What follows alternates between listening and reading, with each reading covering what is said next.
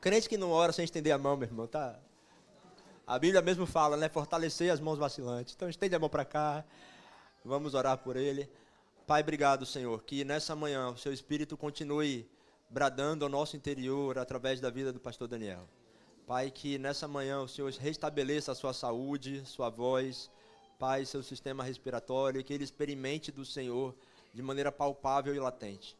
Pai, obrigado por esse banquete que o Senhor tem derramado sobre nós, por nos fazer lembrar o que é igreja, o que é ser igreja, e oramos para que isso produza frutos dentro de nós. Abençoe sua casa, sua família, com graça e amor do Senhor, Pai. Em nome de Jesus, Pai. Amém. Amém, gente. Glória a Deus. Glória a Deus. Aleluia. Glória a Deus. Prazer estar aqui com vocês. Que o Senhor abençoe a todos, a casa de vocês. Que o Espírito Santo continue sendo derramado sobre nós. Eu estou bem gripado, gente. Senão, se não fosse realmente a série que a gente está fazendo, eu não teria a mínima condição de pregar. Então, assim, eu peço só misericórdia a vocês. Hoje de manhã foi a primeira vez, antes da última música aí, que eu estava meia hora sem sair secreção, né? Há 3 dias. De minuto em minuto eu estou suando o nariz aqui. Mas aí na última eu acabei chorando, e voltou tudo, tá? Com bastante secreção. Tá? Então, já estou preparado aqui. Então eu acho que é melhor eu interromper e suar o nariz do que ficar caindo e eu sugando. Vai chamar menos atenção, tá bom? E aí o pessoal depois da mídia vai ter que fazer bastantes cortes aí na ministração. Mas vamos nessa. Deus é bom, maravilhoso. Lucas capítulo 22. Eu queria água, que hoje eu esqueci minha garrafinha. Eu acho que alguém já deve estar trazendo aí. Lucas 22.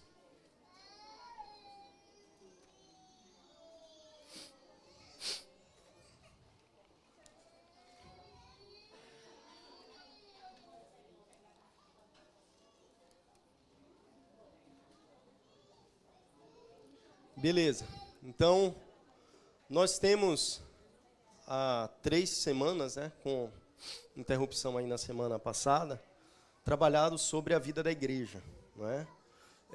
E, logicamente, quando a gente fala sobre esse assunto, a gente não está esgotando o assunto. Tá? Vida de igreja é um assunto inesgotável. Inclusive, dentro do que eu já falei, eu queria falar muitas outras coisas e, infelizmente, a gente não tem tempo para isso. Né? Então, eu estou seguindo uma linha de algo que eu creio que o Senhor está falando com a sua igreja. E, logicamente, a gente está trabalhando dentro de um contexto de restauração da igreja. Né?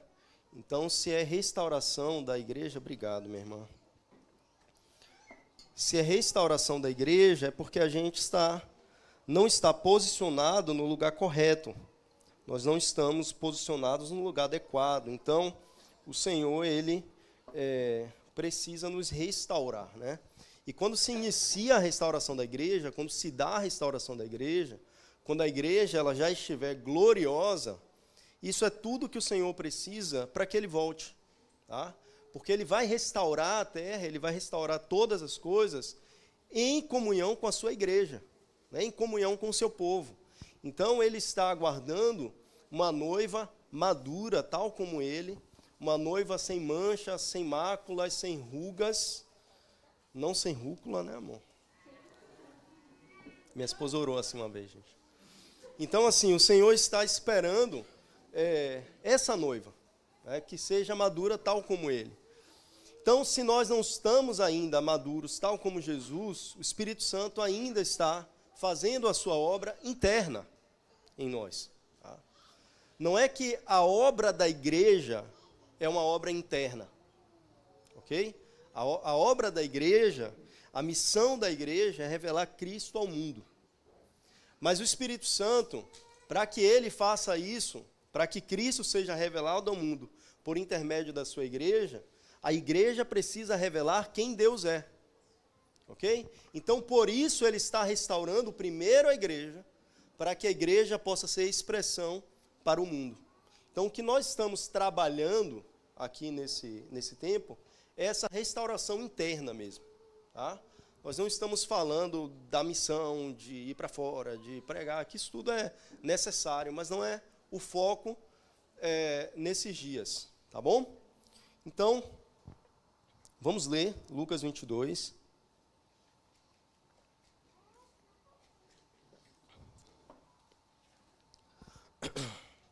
Lucas 22, a partir do verso 13. E eles foram e acharam tudo como Jesus lhe dissera, e prepararam a refeição da Páscoa. Chegada a hora, Jesus se pôs à mesa com os apóstolos e lhes disse: tenho desejado muito comer essa Páscoa convosco, antes do meu sofrimento. Pois vos digo que não a comerei mais, até que ela se cumpra no reino de Deus.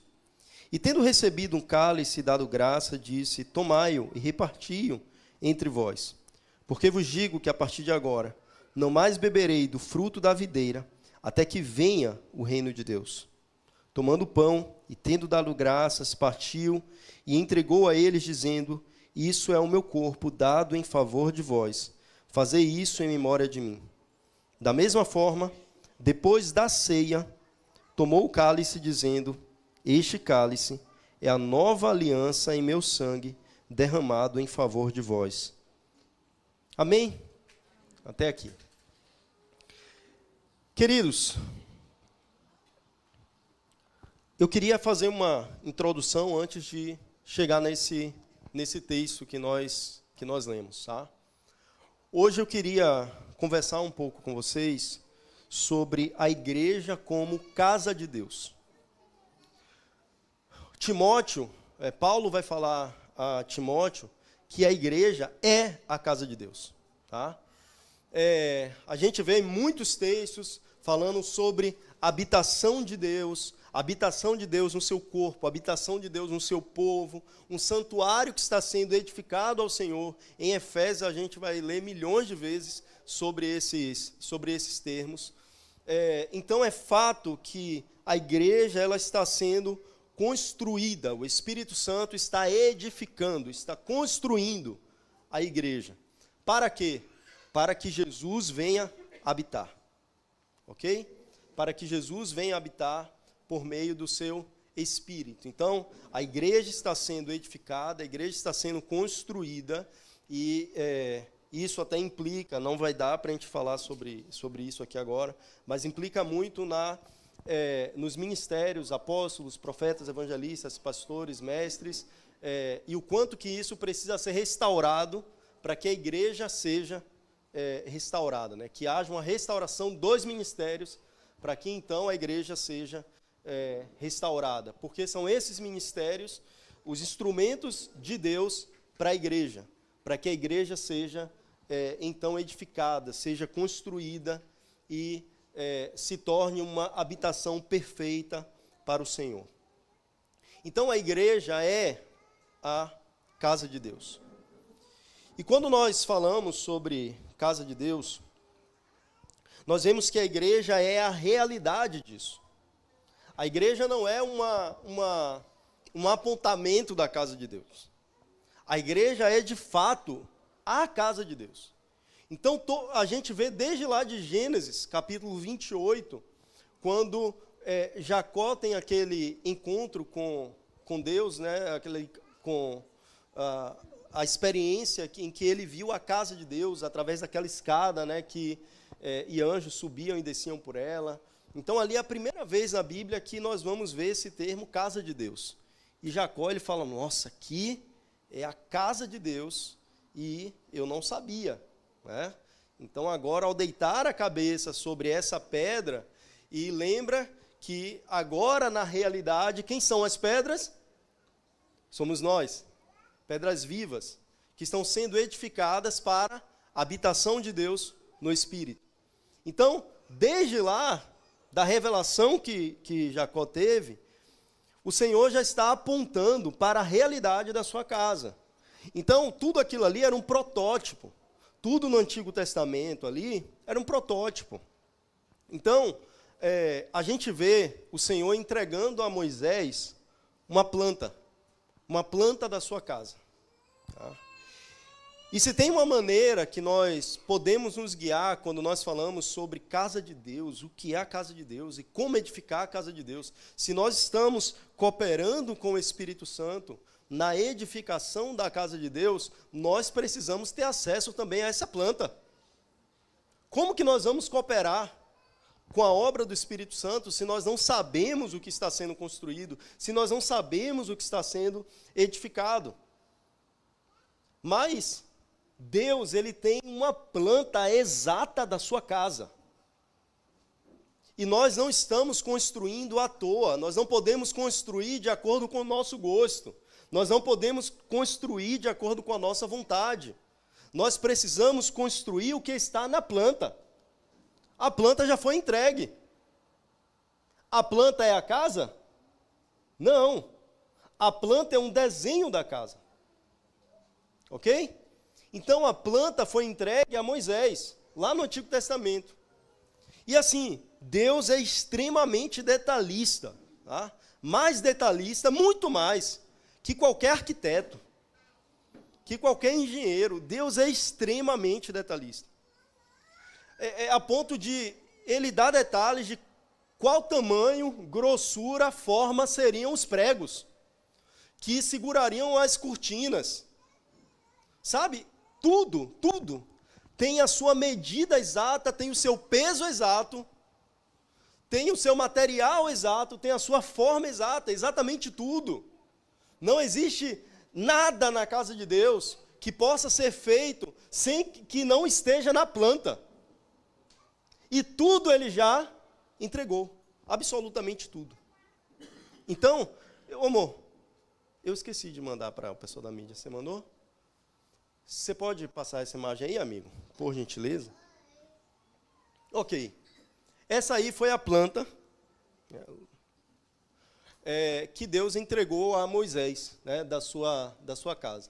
Logicamente, era muito maior, né, do que parece ser olhando daí. Né? Mas a casa de Deus, ela é o tabernáculo. Tá? A planta da casa de Deus está expressa, está revelada no tabernáculo de Moisés. E a casa de Deus não é apenas essa parte. Todo o tabernáculo, desde a entrada do tabernáculo, é a casa de Deus. Tá? Tudo isso faz parte da casa de Deus. Só que o que acontece? Na casa de Deus, existe uma área mais externa, mais uma área que está para fora, mas que constitui os limites da sua casa. Ok? Então, é uma área necessária. É uma parte que a gente não pode pular. A gente, para acessar a casa de Deus, para edificar a casa de Deus, a gente precisa, sim, prestar atenção nesse lugar. Mas esse lugar, que é o átrio, que é essa área mais externa, essa área daqui, né? Ali onde a gente já vê a tenda, é a área mais interna do tabernáculo, e ali tem duas partes, né? Que está revelada aqui, né? Que é o santo lugar, que é essa primeira parte aqui, né? A sala do tabernáculo, e nós temos o Santo dos Santos, o Santíssimo Lugar, que é como se fosse o quarto, né? O lugar de maior intimidade. Era o lugar aonde o Senhor vinha sobre a Arca da Aliança e falava com o seu povo, né? E tinha comunhão com o seu povo. E só quem podia entrar nesse lugar aqui, né, no Santo dos Santos, era o sumo sacerdote, uma vez por ano apenas. Tá? Então, uma vez por ano, no dia de expiação, o sumo sacerdote ia até esse lugar e fazia a expiação pelos pecados do povo de Israel. Então, Deus deseja, o que o Senhor deseja, é que todos nós acessemos toda a casa dele. Tá? E a finalidade da casa de Deus está no Santo dos Santos. Está no Santíssimo Lugar. É um lugar onde a presença de Deus vem. Ok? Logicamente, a gente está falando que o véu foi rasgado. Né? Então, quando o véu foi rasgado, na morte e ressurreição de Jesus, a presença de Deus que estava contida ali no Santo dos Santos, ela agora avança, né, por todo o seu tabernáculo, né, e por toda a terra também. Mas Hebreus vai dizer que Jesus rasgou o véu que estava aqui separando, né, aqui são cortinas que separava a sala do quarto, né, o santo lugar do Santo dos Santos. Jesus, ele rasgou esse véu para que nós pudéssemos entrar no quarto, para que nós pudéssemos entrar no Santo dos Santos e ter comunhão verdadeira com Deus. Então, quando Jesus, ele rasga esse véu, ele rasga esse lugar para que nós acessemos o Santo dos Santos, ele está nos mostrando que nós não vamos conseguir chegar no Santo dos Santos de helicóptero. Tá? A gente não vai conseguir pulando o muro. A gente vai precisar passar por todo o processo da casa de Deus, pela entrada da casa de Deus, passar pelo santo lugar até chegar no Santo dos Santos. Não existe outra maneira de acessar o Santo dos Santos senão passando por toda a entrada da casa de Deus até esse lugar. E o que vem a ser o átrio, então? Deixa eu beber água aqui. O átrio, essa área tão importante, era uma área aberta. Ok? Então a porta do átrio, ela ficava aberta. A porta da casa de Deus está aberta. E qualquer um poderia entrar no átrio. Qualquer um poderia entrar no átrio. Tá? Os sacerdotes estavam oficiando aqui no átrio, fazendo o sacrifício pelos pecados. Então, quando alguém, né, de Israel pecava, essa pessoa ia até o sacerdote, né, o sacerdote que estava exercendo o seu turno ali naquele momento, e o sacerdote fazia sacrifício aqui no altar, tá? Aqui é um altar de sacrifício, fazia sacrifício de acordo com a condição financeira daquela pessoa que pecou. Né? Então, se fosse uma pessoa mais pobre, poderia fazer um sacrifício com aves, né, com aves menores e tudo mais. Se fosse uma pessoa mais abastada, poderia servir até um cordeiro, né, algo maior e mais caro. Né? Então, aqui nessa área, havia muitos vendilhões, né? Muitas pessoas que estavam vendendo as pombas, que estavam vendendo os cordeirinhos que iam ser sacrificados. Então, o povo de Israel todo ia lá e falou assim, cara, eu preciso pedir perdão pelos meus pecados. E isso era diariamente, imagine, quantos pecados que não eram cometidos, e falaram, opa, eu vou precisar sacrificar. Então, as pessoas se aproveitavam e vendiam por um preço exorbitante aqueles animais que iam ser sacrificados. E tudo isso acontecendo aqui, na casa de Deus. Tá? Tudo isso acontecendo na casa de Deus. A ponto que Jesus, todo mundo lembra dessa passagem, ele chega quebrando tudo, né? Chutando literalmente o pau da barraca e batendo em todo mundo e chicoteando e falando assim, não façam da casa de meu pai uma casa de comércio. Vocês estão fazendo da casa do meu pai um covil de ladrões. Mas a casa de meu pai é uma casa de oração. A essência da casa do meu pai é ser uma casa de oração. Então, a gente precisa ter compreensão desse lugar, do átrio. Tá? Porque no átrio, todo mundo vai. O átrio é o lugar da multidão. O átrio é o lugar da multidão. E é o lugar onde o sacerdote se destaca. Tá? Aqui, o sacerdote vestia a melhor roupa dele, a melhor roupa sacerdotal, nem era vestido aqui no santo lugar. Aqui ele vestia uma roupa mais simples, tá? Ele tinha que trocar a roupa para entrar no santo lugar. No santo lugar ele vestia uma roupa mais simples. Mas no átrio ele vestia uma roupa mais imponente, né? Então, era um lugar mesmo onde o sacerdote se destacava, onde o sacerdote ministrava a nação de Israel. E isso, se nós pegarmos nos nossos dias, nada mais é do que muito do que a gente chama de igreja. Igreja tal. Igreja Cristã Casa Farol. Então, se você associar a Igreja Cristã Casa Farol a isso aqui, você só está no átrio, querido.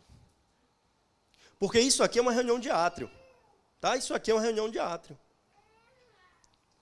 Aqui a gente está falando para tudo quanto é tipo de gente. Pode ter descrentes aqui no nosso meio. Tá? Podem ter enviados de Satanás aqui no nosso meio. A gente está falando para tudo quanto é tipo de gente. E a gente está buscando juntos ministrar ao Senhor. Mas as grandes reuniões são reuniões de átrio. Então, o átrio tem muito a ver com a nossa necessidade. Então, assim, nós vamos suprir muito da nossa necessidade. Então, se nós temos necessidade de cura, o átrio é esse lugar, tá? Então, assim, a gente vê ministérios, vê pessoas que ministram cura, né? Que tem aquelas igrejas grandes assim, que acontece mesmo. Que as pessoas vão lá e são curadas e tudo mais, tal. Reunião de átrio. O evangelho é tão poderoso, que a igreja está praticamente se sustentando há 2000 anos só no átrio. Basicamente, o que a gente vê ao longo da história da igreja, principalmente a partir do século III, né, da institucionalização da igreja, são reuniões de átrio.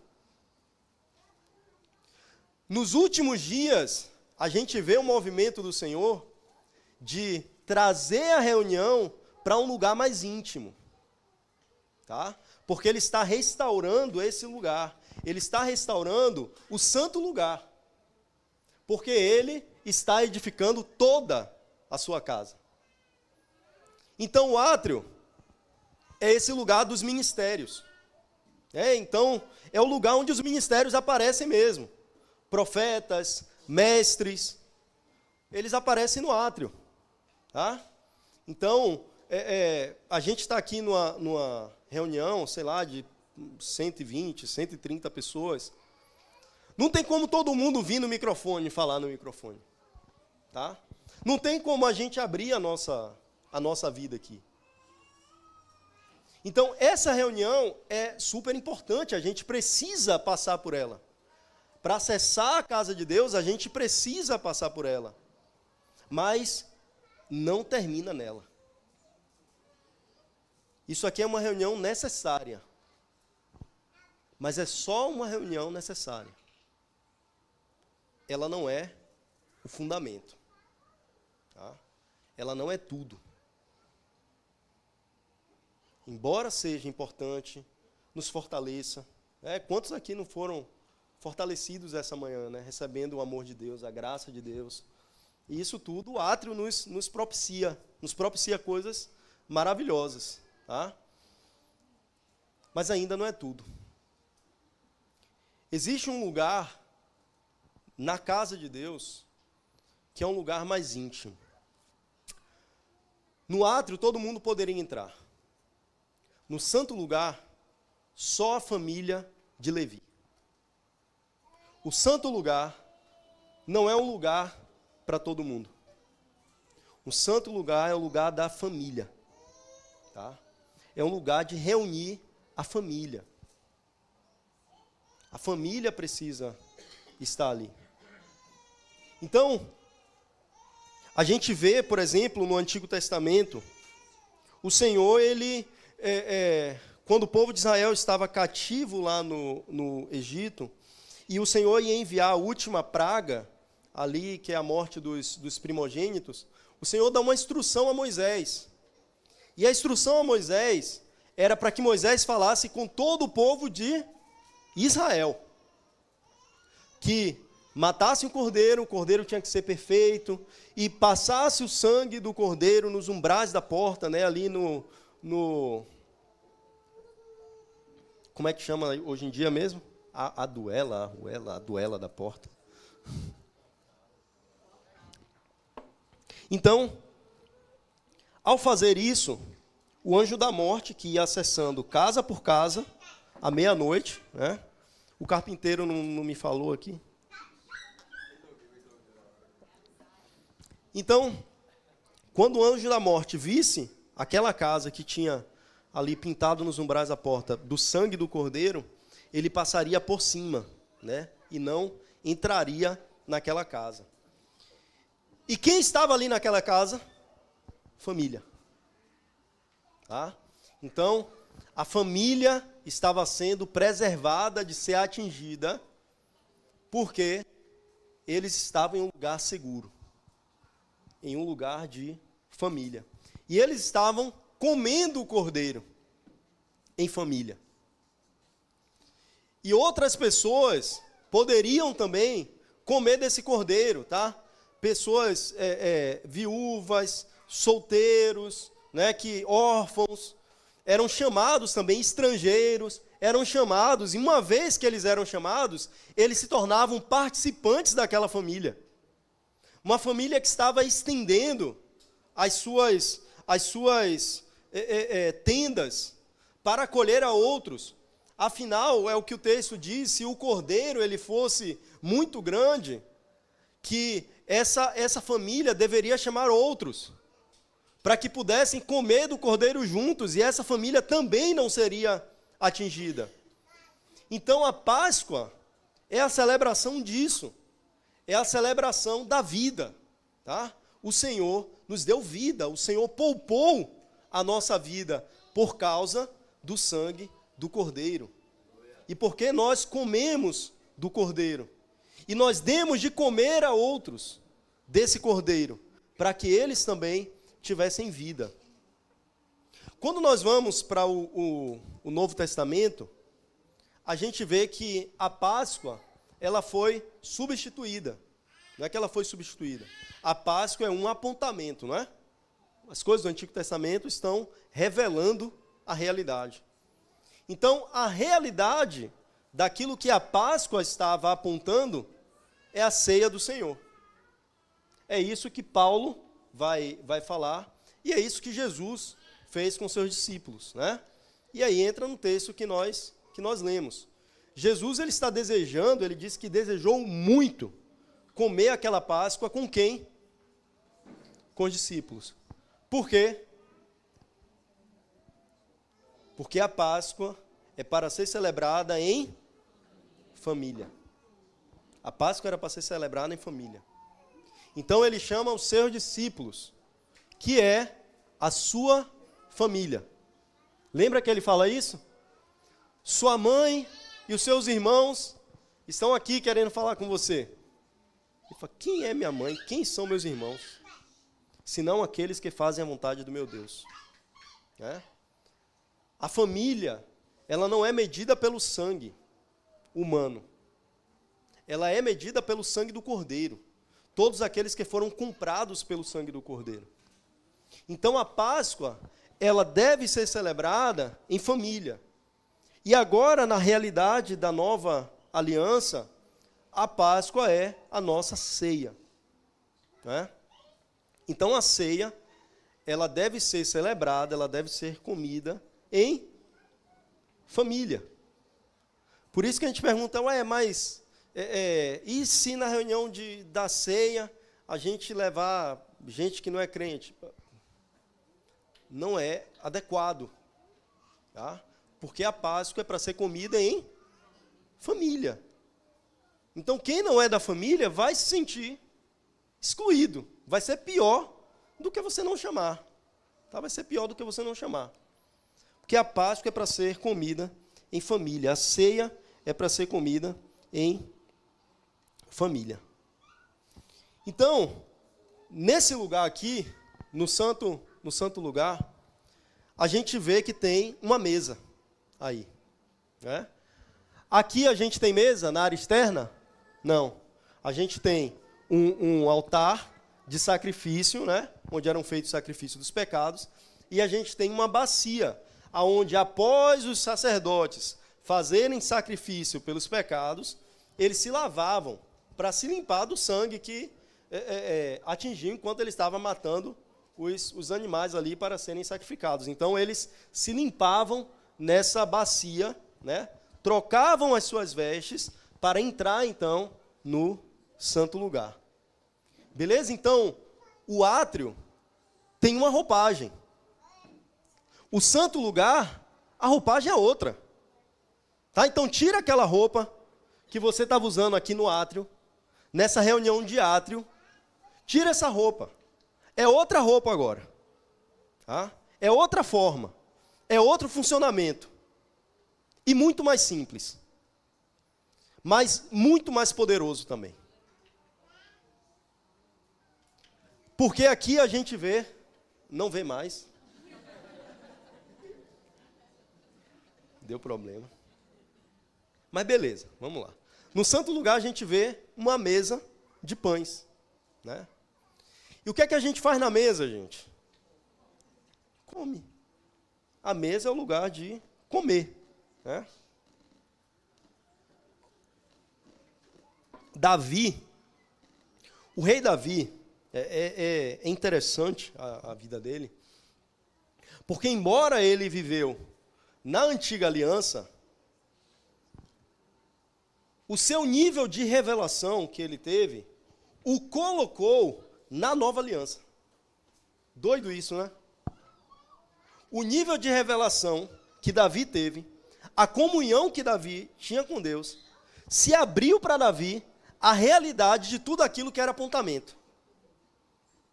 Então, no tabernáculo de Moisés, por exemplo, tinha que passar por todo esse processo, né, até chegar no Santo dos Santos, né? Davi, quando ele pega a Arca da Aliança, por exemplo, ele não pega a Arca da Aliança e leva para o tabernáculo de Moisés. Ele constrói um tabernáculo próprio. Porque o tabernáculo de Davi era justamente a realidade do Santo dos Santos. Tá? Isso aqui, apontamento. Isso aqui é apontamento. Isso aqui é uma maquete. Tabernáculo de Davi, realidade. Por isso que no Novo Testamento, em Atos, vai trazer de volta a profecia de Amós, dizendo que nos últimos dias ele vai restaurar o tabernáculo caído de Davi. Não é o tabernáculo de Moisés que vai ser restaurado nos últimos dias, é o tabernáculo de Davi. Tá? Porque o tabernáculo de Moisés é maquete, o tabernáculo de Davi, realidade. Davi vai dizer, Salmo 110, disse o Senhor ao meu Senhor. O que é isso, cara? Jesus não tinha vindo ainda. Ninguém sabia de trindade. Ninguém tinha revelação dessa coisa aí. E o termo que Davi usa é Adonai, é um termo que só é dado a Deus. E ele disse Adonai ao meu Adonai, assenta-te à minha direita, até que eu ponha todos os teus inimigos debaixo dos seus pés. Como assim? Como que Davi viu Jesus assentado à direita de Deus, assentado à direita do Pai? E ele está falando sobre os inimigos que serão colocados debaixo dos pés de Jesus.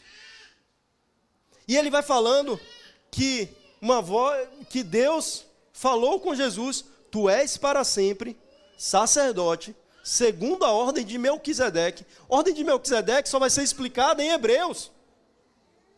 Em Hebreus, no Novo Testamento. E Davi já estava falando de tudo isso. Porque, embora no tempo, Davi estivesse vivendo no tempo da antiga aliança, Davi teve revelação de que a antiga aliança era um apontamento da realidade. E ele escolheu viver debaixo da realidade e não da sombra. Por isso que Davi, quando teve fome, ele estava com seus amigos. Davi era um rei. Um rei ele precisa ser da tribo de Judá. Os sacerdotes são de outra tribo. Que tribo? Levi. Davi fala assim, cara, estou com fome. Meus amigos também. E eles estavam passando de frente ao tabernáculo de Moisés. Ele falou assim, estou com fome, meus amigos também, e tem pão lá dentro que eu sei. Vamos entrar? Mas Davi, somente o sacerdote pode fazer isso. Lembra que Davi foi trazer a arca de volta para Jerusalém? E quando ele está trazendo a arca para Jerusalém, ela tomba, e Uzá e Aiô colocam a mão para que a arca não caísse, né? E eles morrem. Porque a lei dizia que não podia se tocar na arca. Tinha uma maneira correta de se levar aquela arca.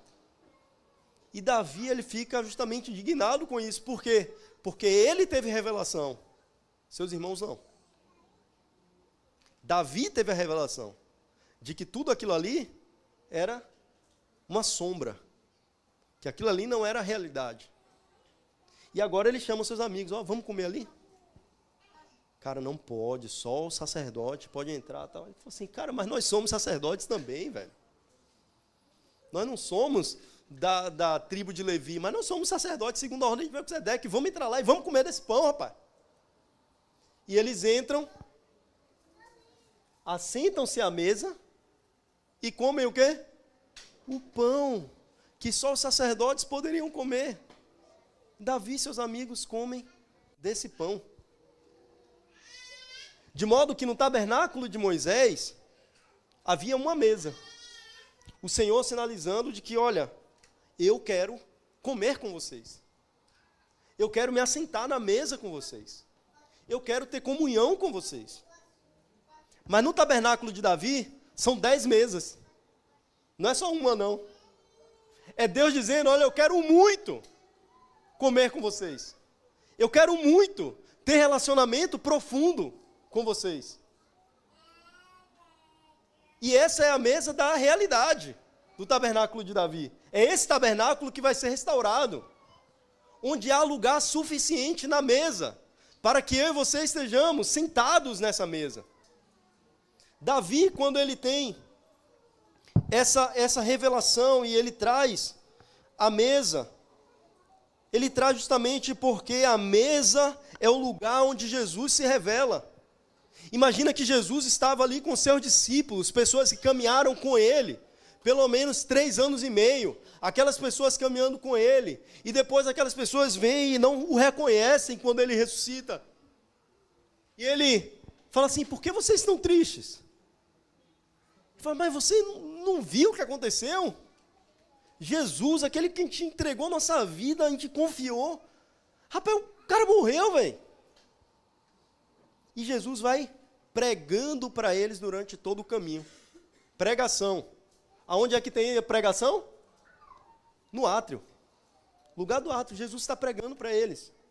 E depois eles vão dizer, porventura nosso coração ardia quando ele falava. Tá? O átrio é um lugar onde o coração arde. Nós somos, energizados, né? No átrio. E Jesus estava ali, pregando para eles, no caminho de Emaús. Mas quando eles chegaram, eles sentaram-se aonde? Na mesa. E Jesus partiu o pão. Só aí a ficha deles caiu. Uau! É Ele. É Ele. Porque a mesa é o lugar onde Jesus é revelado. Tá? O seu coração pode ficar muito aquecido, você pode ser, uau! Mas se você não for à mesa, você não vai ver quem é Jesus de verdade. E por isso, nós vemos tantas pessoas que são tão fracos na fé, que por qualquer coisa se desviam, perdem os seus olhos de Jesus, porque não tiveram uma revelação profunda de quem Ele é.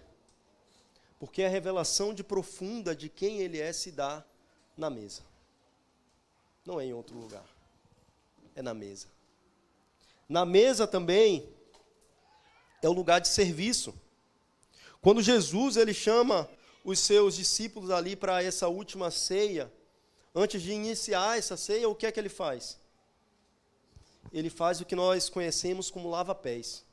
Ele pega ali todos os seus discípulos e ele fala assim, olha, eu quero lavar os pés de vocês. Eu quero servir vocês. Então, Jesus vai lavando ali os pés, né, um por um. Quando chega em Pedro, Pedro fala, não, Senhor, jamais. Você tão grandão, lavar os meus pés? Não. Isso nada mais é do que orgulho de Pedro.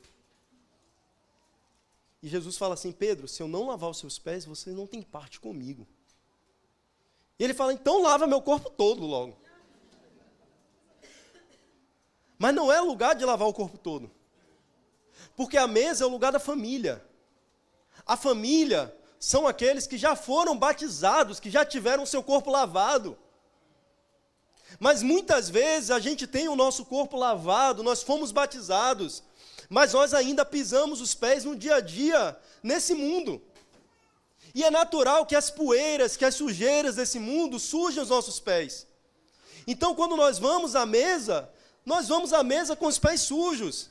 E nós precisamos dos nossos irmãos para que nos sirva, para que lave os nossos pés, para que tire a poeira dos nossos pés, para que nós possamos de novo estar totalmente limpos.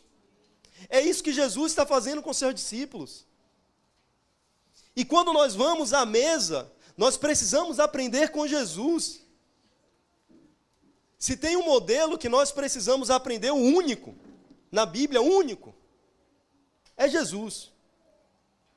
E se Jesus ele foi e ele lavou os pés dos seus discípulos, nós precisamos entender que nós vamos à mesa do Senhor para servir. Nós não vamos à mesa do Senhor para ser servidos, embora nós sejamos servidos também. Mas nós vamos na intenção de servir. Como eu posso lavar os pés dos meus irmãos essa noite? Tá? Na ceia, o que é que eu vou trazer que vai abençoar o meu irmão? Que vai restaurar os pezinhos dele que estão sujos? O que é que eu vou trazer para a mesa que vai lavar, que vai servir os meus irmãos? A gente precisa ir para a ceia com essa intenção. Amém? E além disso, a mesa, ela te coloca frente a frente com os seus irmãos, né? Aqui nós estamos sendo colocados de nuca a nuca, né? Frente a nuca, melhor dizendo. Você não está vendo o rosto, praticamente, dos seus irmãos. Mas na ceia, qualquer máscara, ela cai. Tá? Qualquer máscara cai. Esse é um lugar onde você pode ficar tranquilo, para ser quem você é, para se apresentar sem máscaras, para se apresentar sem maquiagem. Você não precisa mostrar alguém que você não é. Tá? A ceia é um lugar de realidade. Você precisa dar aos seus irmãos acesso a quem você é de fato, a como está você de fato, para que os seus irmãos consigam lavar os seus pés, para que os seus irmãos saibam como lavar os seus pés, porque esse é o lugar da mesa. A mesa nos propiciona isso. A mesa ela é um lugar de unção. Lembra quando Jesus estava à mesa ali, e chega uma mulher, e ela unge a cabeça de Jesus com um unguento mais caro que havia, muito valioso, e ela unge a cabeça de Jesus. Em outro momento, Jesus está também à mesa, e uma outra mulher, ela unge os pés de Jesus. Depois ela chora e seca os pés de Jesus com seus próprios cabelos. Porque a mesa é um lugar de unção. É um lugar onde nós reconhecemos a unção do Espírito Santo na vida do nosso irmão. Aqui, no máximo, você vai reconhecer a unção do Espírito Santo na vida de quem vai pregar, na vida de quem vai ministrar louvor. Mas na mesa nós reconhecemos a unção um no outro. É o lugar onde o Espírito Santo nos unge para que possamos honrar um ao outro. Para que todo o corpo de Cristo seja honrado. Afinal, é isso que o Espírito deseja fazer, honrar o corpo de Cristo. Porque quando o Espírito honra o corpo de Cristo, ele está honrando o próprio Cristo. A gente vê na Bíblia algumas mesas, né? A gente vê, por exemplo, Salmo 1, falando que nós não devemos nos assentar na mesa dos escarnecedores. Então, não é porque é mesa que nós devemos sentar. Tem mesas que nós não sentamos. Qual é a mesa que nós devemos sentar? Na mesa do Senhor. Essa é uma mesa diferente. Tá? Não na mesa dos escarnecedores. A gente vê o rei Belsazar, quando ele faz ali uma festa, né, e ele usa ali os utensílios do templo e coloca sobre a mesa os utensílios do templo, os utensílios que são santos, que o Senhor ele trouxe com tanta medida exata. E ele pega justamente esses utensílios e coloca ali, e no meio dessa festa do rei Belsazar, o que acontece? Orgias. Então ele vai misturando o santo com o profano. E essa não é uma mesa que nós devemos sentar. Nós não podemos sentar na mesa de Belsazar.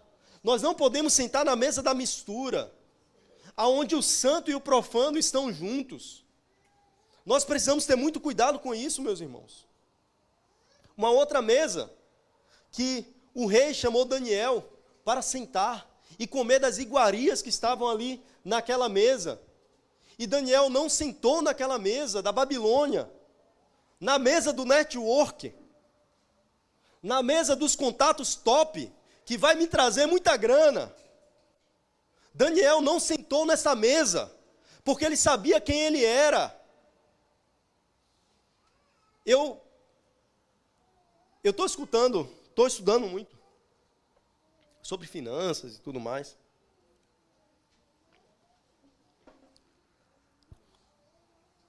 E um princípio que rege esse meio, principalmente dos coaches, né? Quase todos falam isso, basicamente, né? Que você deve andar com pessoas que são maiores que vocês e que vão te levar a crescer, assim. Então, se você é pobre, se você andar com pobre, você vai continuar sendo pobre. É basicamente o que os coaches falam, né? Então, assim, se você é pobre, ande com rico, para que você seja rico também, né? Para que eles humilhado.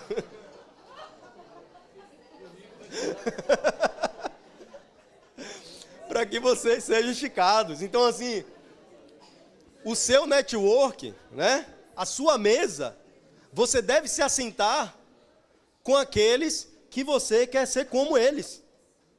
Então, se você quer ser rico, assenta-se com os ricos.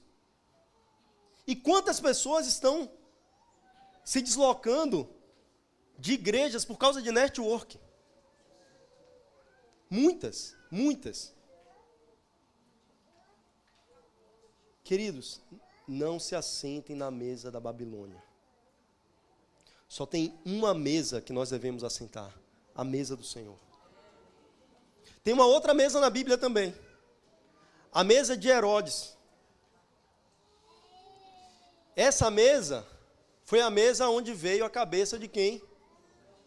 De João Batista. Então tem mesa que a cabeça dos irmãos estão rolando. Tem mesa que as reuniões que acontecem ao redor dela é para falar mal e matar alguém. Não assentem na mesa de Herodes. Assentem apenas em uma mesa. na mesa do Senhor. E o que Paulo vai falar em 1 Coríntios, capítulo 10, é justamente, cara, vocês não têm como se assentar na mesa de Satanás e na mesa do Senhor. Vocês precisam escolher de que lado vocês estão. E em que mesa vocês, de fato, vão sentar. Eu queria ler para a gente encerrar, chegar ao fim, 1 Coríntios, que é justamente quando nós falamos sobre a mesa do Senhor. O tempo está passando muito rápido, Jesus.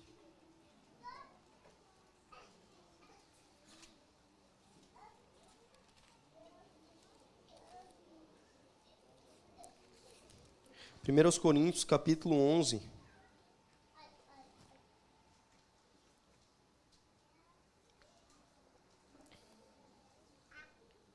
Paulo vai falar sobre essa mesa do Senhor, né? No capítulo 10, ele vai fazer a distinção entre a mesa de demônios e a mesa do Senhor. E que a gente precisa, de fato, escolher em qual mesa nós vamos nos assentar. Mas uma vez que nós nos assentamos na mesa do Senhor, existem ordens que são dadas a quem se assenta na mesa do Senhor. E ele diz assim, verso 17: Entretanto, não vos elogio nessa instrução que vos dou agora, pois as vossas reuniões causam mais mal do que bem. Porque, em primeiro lugar, ouço dizer que há divisões entre vós, quando vos reunis como igreja, e em parte acredito nisso. E é até necessário que haja divergência entre vocês, para que os aprovados se tornem manifestos em vosso meio. Portanto, quando vos reunir no mesmo lugar, não é para comer a ceia do Senhor.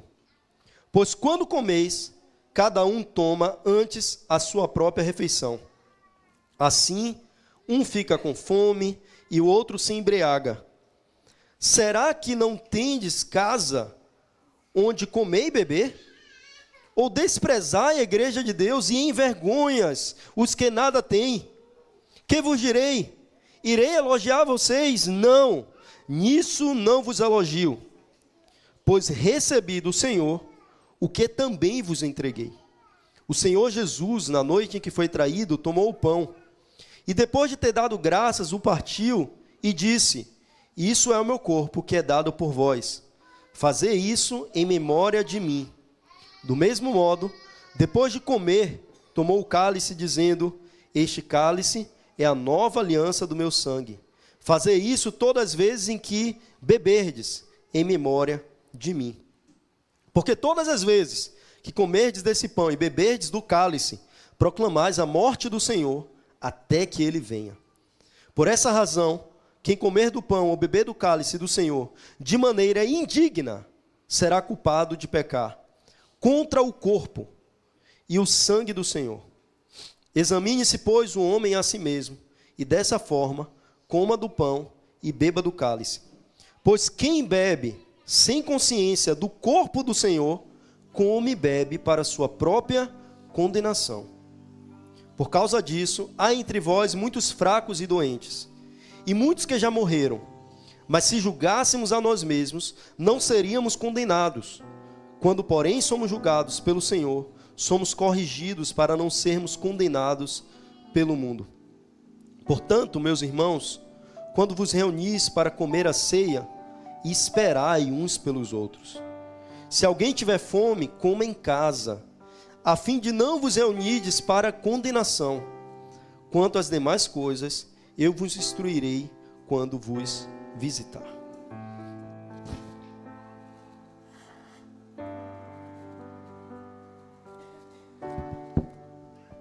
Então aqui Paulo está tratando sobre o assunto da Santa Ceia, ele está tratando sobre o assunto da mesa do Senhor, e ele vai dizer que a igreja de Coríntios estava se reunindo para a própria condenação, que as reuniões dele faziam mais mal do que bem. Por quê? Ele fala: se há divisão entre vocês, então não se reúna para tomar ceia. Não faça isso. É muito pior. É muito pior você reunir em contenda com seu irmão e cear, do que você não cear. A ceia, ela vai te trazer benefícios incalculáveis. Tá? A ceia não é um apontamento, tá, gente? A ceia é realidade. Nós estamos na nova aliança. E na nova aliança, a ceia. Tá? Então a ceia não é um símbolo. Nós não estamos simbolizando que estamos tomando o sangue de Jesus. Nós não estamos simbolizando que estamos comendo o pão. Nós estamos comendo e bebendo substância espiritual. Embora física, elementos físicos. Mas naquele elemento físico está contida a substância espiritual, que vai trazer sustância ao seu espírito. E se você não come, você terá um espírito enfraquecido. Você não terá sustentação espiritual. Agora, é melhor você não comer do que comer estando em contenda com seu irmão. Por isso que Paulo fala, se vocês comem indignamente, o que é comer indignamente da ceia? É não discernir o corpo de Cristo. É não discernir que o meu irmão é a habitação de Jesus. E que quando eu honro o meu irmão, eu estou honrando o próprio Jesus. Então, se eu vou cear sem essa consciência, porque é a falta dessa consciência que me faz ter contenda com meu irmão. Porque se há consciência de que Jesus habita no meu irmão, jamais eu entrarei em contenda com Jesus. Jamais. Quem aqui quer entrar em contenda com Jesus, cara? É justamente a falta dessa consciência que me faz desonrar o meu irmão. É justamente a falta dessa consciência que me leva a não me submeter ao meu irmão. Porque Paulo fala, sujeitai-vos uns aos outros, no temor de quem? Do Senhor. Então, quando há temor do Senhor, nas nossas reuniões, a sujeição. Eu me submeto às demandas do meu irmão. Eu me submeto ao que meu irmão precisa. Mais do que aquilo que eu quero. Eu me submeto ao que ele precisa. Vamos. As crianças estão voltando aí.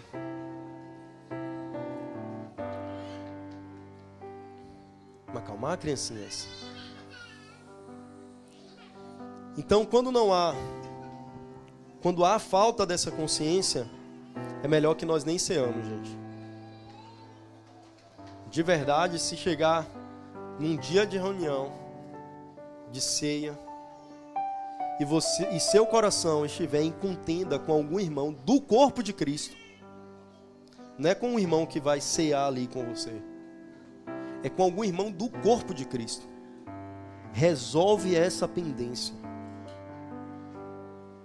Porque o corpo de Cristo, o sangue de Jesus flui no seu corpo. O sangue de Jesus flui no corpo de Cristo para quê? Para purificar o corpo de toda impureza. Não é essa a função do sangue no nosso corpo? O sangue está ali purificando o nosso corpo de toda impureza, levando vida a cada célula do nosso corpo. Assim é também no corpo de Jesus. O sangue flui de mim para o meu irmão. Quando há divisão é como se fosse colocado um torniquete naquela região. E o sangue não flui mais. Há algo impedindo que o sangue flua de mim para ele e dele para mim. Não há essa troca. Então, quando isso acontece, uma parte do corpo morre. Uma parte do corpo morre. Tá? Por isso que Paulo fala, analise-se o homem a si mesmo. Não é para analisar, para ver se você tem pecado ou não. Sabe o que acontece se você for se analisar para ver se você tem pecado? Você vai achar. E não é pouco não. Então, Paulo não está falando, olha, veja se você tem pecado, se você tiver, não sei. Paulo vai falando, analise-se o homem a si mesmo e depois faça o quê? Tome a ceia. Então, analise se você está em contenda com seu irmão.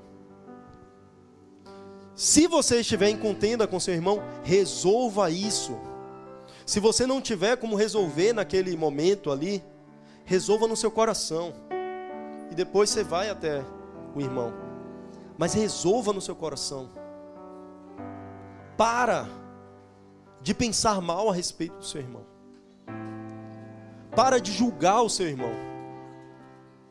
Para de colocar coisas no seu coração que vai trazer desprezo pelo seu irmão. Se livre disso, de uma vez por todas, e coma da ceia. Coma da vida de Jesus que flui na ceia. Quando nós comemos o pão, a banda pode vir. Quando nós comemos o pão e nós bebemos o cálice, nós estamos comendo o corpo de Jesus e bebendo do sangue de Jesus. Não é literalmente o corpo. Não é literalmente o sangue. Não há uma transubstanciação, sabe? Não é que os elementos se transformam. Mas acrescenta-se vida espiritual naqueles elementos. Por isso, a instrução de Paulo é: tomem, não fique sem tomar. Agora, se você não resolver o que há no seu coração contra seu irmão, não tome. É melhor que você não tome. É melhor que você nem vá para a reunião da ceia. Tá? Agora, se isso acontece, resolva no seu coração e tome a ceia, porque você está comendo e bebendo vida de Jesus, aquilo que vai te dar substância espiritual. Jesus, ele falou assim, olha, Paulo está falando, né? Toda vez que nós comemos o pão e bebemos do cálice, nós estamos anunciando o quê? O quê? A morte de Jesus. É a ressurreição de Jesus que nós estamos anunciando? Não. Nós estamos anunciando a morte de Jesus. Por quê? A morte de Jesus nos libertou. E nós podemos tranquilamente hoje sentar à mesa e anunciar: ei, Satanás, Jesus morreu por mim. Porque o que mais Satanás vai fazer é tentar te acusar. Mas quando você ceia, você está mostrando para ele e lembrando a você que Jesus morreu, que seus pecados estão perdoados, que você é livre. E nós andamos no nosso dia a dia pensando: nossa, como eu estou preso nesse pecado, como eu estou cometendo isso, como eu estou fazendo isso. E nós vamos acumulando na nossa mente as mentiras de Satanás, de que nós não somos livres. E são essas mentiras de Satanás que nos tornam ainda aprisionados. É a história do elefante de circo, né? Que quando ele nasceu, colocaram ali um toquinho desse tamanho e prenderam ele. E ele falou assim, eu não consigo me mexer, né? Mas aí os anos vão se passando, ele se torna imenso. Mas o que segura ele ainda é um toquinho desse tamanho, porque ele olha para o toquinho e fala assim, eu não estou livre. Sendo que ele tem muita força para romper com aquilo ali. Satanás, ele muitas vezes nos torna um elefante de circo. Jesus já nos libertou. Ele morreu. Ele morreu. Ele morreu para que a questão do pecado fosse resolvida na nossa vida. Por isso, quando nós ceamos, nós estamos anunciando a morte. Nós estamos anunciando, eu sou livre. Foi isso que Davi fez com Mefibosete. Mefibosete, ele era um filho de Jonatas, o melhor amigo de Davi. E Davi manda irem atrás de Mefibosete. E fala assim, ei Davi, mas Mefibosete é aleijado. Por quê? Os aleijados não poderiam se chegar ao rei. E Davi fala, mas manda chamar ele. E Davi não só traz Mefibosete à sua presença, mas ele senta na mesa com Mefibosete e dá o melhor banquete que ele poderia dar a Mefibosete. E ele fala assim, Mefibosete, de agora até quando eu ou você morrer, todos os dias você se assentará comigo na mesa. Sabe por quê, meus irmãos? A mesa é um lugar onde os aleijados podem se chegar. Onde aqueles que não estão conseguindo andar direito, aqueles que estão tropeçando, podem se chegar a esse lugar. É um lugar seguro, porque a mesa cobre o nosso aleijão. Na mesa é todo mundo igual. E o Senhor está nos chamando para esse lugar, onde não há menores nem maiores, mas onde todos nós somos aleijados, que estão desfrutando da graça de Deus, de sentar com Ele à mesa e ouvir dele, está tudo bem. Paulo diz, nós temos paz com Cristo. Está resolvido, cara. A questão dos seus pecados não é problema, está resolvido, Ele morreu. E nós ceamos para lembrar disso, que Ele morreu. Mas Ele diz, olha, toda vez que nós ceamos, nós lembramos da morte de Jesus até que Ele venha. Ou seja, então Ele está dizendo, Ele não está morto. Ele morreu, mas Ele não está morto. A ceia, ela é um anel de noivado que Jesus coloca no nosso dedo. Mas quando Ele vier, aí não vai ser mais noivado, vai ser casamento. A nossa ceia vai se transformar nas bodas do Cordeiro. E é as bodas do Cordeiro, o dia tão desejado por Jesus. É por isso que o Espírito Santo está trabalhando na sua igreja. É por isso que a ceia é tão importante, tão fundamental, para nos lembrar que nós somos livres, para nos lembrar que Ele nos libertou até que Ele venha. Então, nós estejamos à mesa com Ele, celebrando o grande casamento.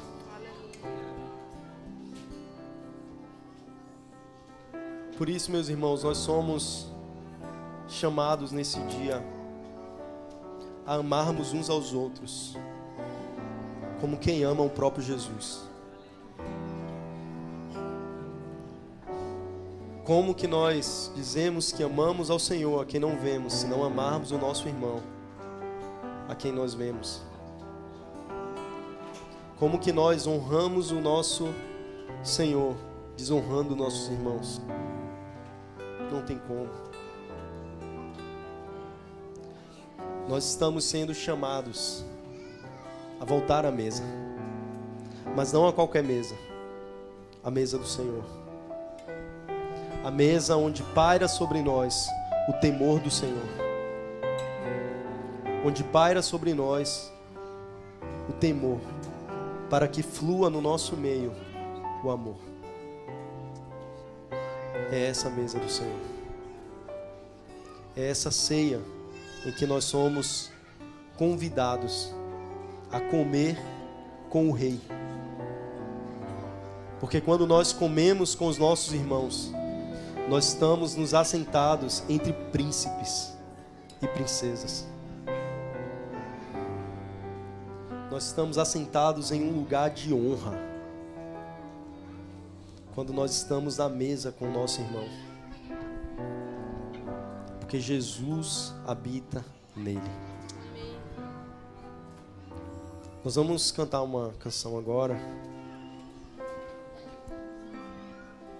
Eu queria que passasse a letra da canção aqui, por gentileza. Vamos ficar de pé.